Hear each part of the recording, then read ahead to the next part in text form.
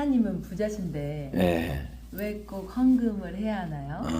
우리가 하나님께 헌금 한다고 생각할 때 굉장히 어려운 신학적인 문제인 것 같아요. 교회에다 헌금한 것이 꼭 하나님께 한 것인가라는 문제도 있고, 하나님이 부자이신데 왜 교회는 가난한가, 뭐 여러 가지 문제가 있을 수 있는데, 성경에서는 하나님께 나올 때 헌금을 해야 된다 하기보다 재물을 바쳐야 된다라는 말이 창세기부터 가인과 아벨부터 계시록까지 반복돼서 나오고, 예수님도 이제 헌금에 대한 이야기를 여러 번 하셨죠. 그래서 과부의 헌금 가진 게 두렙도인데 그걸 다 바친 이야기도 하고, 그래서 두 가지로 우리가 한번 생각을 해볼 수 있을 것 같아요. 첫째는 하나님께 우리가 헌금을 드릴 때 하나님이 필요해서 드리느냐, 하나님 부자인데 왜 헌금을 하느냐라는 질문에 대해서, 하나님은 이 물질 세상을 직접 다 주관하시되 어떤 방법으로 직접 주관하시냐면 부족한 사람과 연약한 교회를 통해 일하시니까, 하나님은 우리가 하나님과 동역자가 되기를 원하시는 게 첫 번째 목적이어서 우리를 통해 일하시고, 하나님의 동역자로 성장 과정에서 물질이 필요하니까 동역자로 세운 교회와 사람들에게 헌금하기를 원하시죠. 그래서 하나님의 부족에서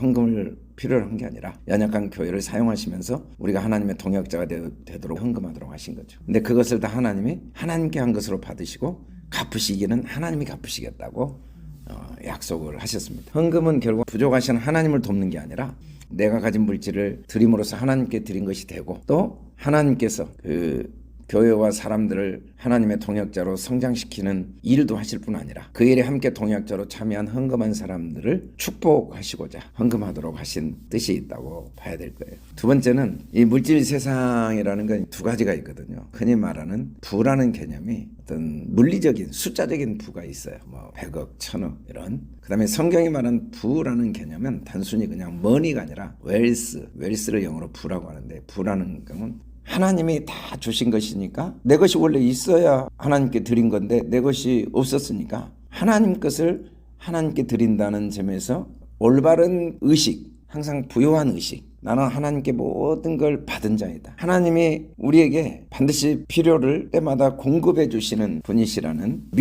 믿음을 갖고 있는 사람이 부자예요. 돈이 1000억이 있어도 하나님이 나에게 때마다 여기까지 모든 필요를 공급해 주셨다, 또 앞으로도 공급해 주실 것이다, 이 믿음을 갖고 있지 않으면 성경이 말한 부자는 될 수가 없어요. 성경이 말한 부자는 돈의 액수가 많은 사람이 아니라 마음이 항상 부요한 사람인데, 그 부요한 마음의 증거는 뭐냐면 이게 다 하나님 거라는 하나의 믿음의 고백으로 하나님은 10분의 1을 드리게 했다고 보고 있는 거죠. 그래서 10분의 1이라는 건 내 소유의 10분의 1 드린 게 아니라 이게 다 하나님 것입니다, 내가 다 쓰지만 이게 다 내 거 아니고 하나님 것입니다, 이 믿음이 내 안에 더 뿌리가 내리고 그 믿음이 실체가 되면 내가 심령이 부여해지고 삶이 부여해지고, 그래서 비교하지도 않고 염려하지도 않고 항상 부한 마음으로, 넉넉한 마음으로 나누고 베풀며 부족함이 없는 은혜 가운데 살게 하는 습성을 길러주는데 헌금이 굉장히 중요한 역할을 한다고 볼 수 있는 것 같아요. 어렵죠, 헌금 이야기는.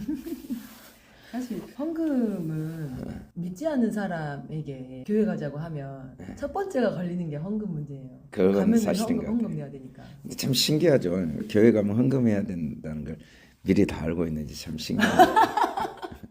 그러네요. 이제 우리가 생각해 봐야 될 게, 그게 또 왜 부담되는가. 솔직히 교회 갔는데 교회 가면 헌금해야 된다, 근데도 나는 안 한다. 부담을 느껴야 될 이유가 없잖아요. 하기 싫어서 안 하는데 왜 부담을 느껴요? 안 하면 되지. 또 나는 하기 싫은데 교회 가면 헌금해야 된다고 그러더라. 왜 그런 생각을 하게 되는지. 또 와가지고 헌금을 안 하면 불편해서 차라리 안 나간 게 낫지, 나가면서 헌금 안 하면 난 불편하니까 안 나가겠다, 왜 그런 마음을 갖는가를 한번 생각해 본다면, 우리는 모르지만 우리는 영적인 존재이기 때문에 우리 영혼 깊은 곳에서는 다 하나님이 내게 주신 것임을 고백하고 살아야 되고, 헌금은 마땅한 것이라는 걸 우리 영이 다 무의식 중에 알고 있으니까 그렇게 하지 않을 때 불편하다는 걸 유추해 볼 수도 있는 것 같아요. 사실은 교회를 안 와봐서 그렇지 막상 오면 안 내는 사람도 많거든요. 그러죠. 그리고 어릴 때는 안 내봤지만 시간이 갈수록 깨닫게 하셔가지고 또 내게 되는 경우도 있거든요. 누가 강요해서가 아니라. 이제 사실 가치관인데, 돈이라는 건 돌고 도는 거거든요. 돈은 교환이란 말이에요. 교환의 도구예요. 그래서 우리는 태어나서 죽을 때까지 돈을 통해 다양한 교환을 하죠. 그래서 어떤 옷도 사고 음식도 먹고 친구들과 함께 여행도 가고 또 뭐 내가 좋아하는 전자제품도 사고 집도 사고 다양한 걸 돈을 통해 교환을 하면서 그 돈을 줄 때 아깝지 않잖아요. 왜냐하면 그 돈을 줌으로써 내게 필요한 옷을 사니까, 필요한 음식을 먹으니까. 근데 이제 교회라는 것은 똑같은 교환이에요. 돈을 내가 줌으로써 내가 교회라는 공간에서 같은 신앙을 가진 사람들과 예배도 드리고 찬양도 하고 또 그런 과정을 통해 주님을 만나는 교환을 하는 거니까 내가 소중하게 여기는 걸 위해 돈 쓸 때 아깝지 않잖아요. 자랑스럽죠. 그 돈의 가치가 너무 소중한 거예요. 내가 이번에 돈 모아서 여행 가는데 여행을 너무 기다렸고 아깝지가 않은 거예요. 또 오랜만에 친구들에게 내가 한턱 내는 게 아깝지가 않은 거예요.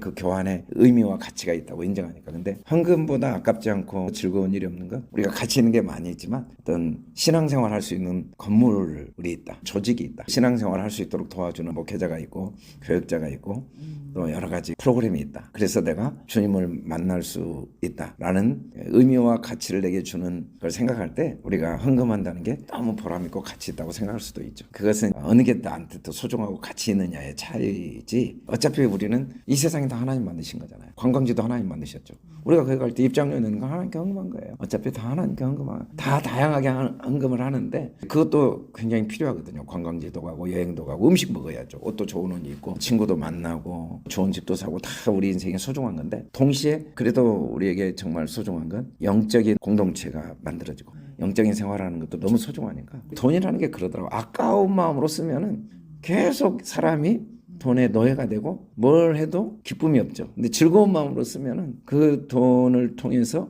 좋은 교환을 얻어서 행복하고 또 돈은 순수한 데서 그런 사람에게 또 돈이 계속 오는 것 같아요. 물질 있는 곳에 마음이 있다고 마음의 가치를 어디에 두고 있는지 한번 점검해 보도록 하겠습니다. 감사합니다.